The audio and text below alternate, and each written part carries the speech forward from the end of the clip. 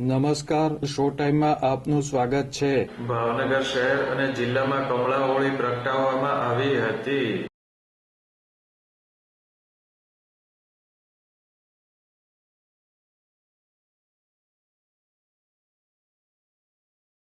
ભાવનગર શહેરના વિવિધ વિસ્તારોમાં રવિવારે મોડી સાંજે કમળા હોળી પ્રગટાવવામાં આવી હતી।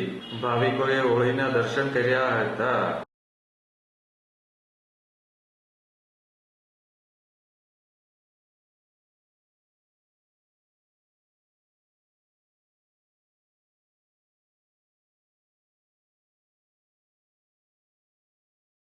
આજે ભાવનગર શહેર અને જિલ્લામાં હોળી પર્વની ઉજવણી કરવામાં આવશે।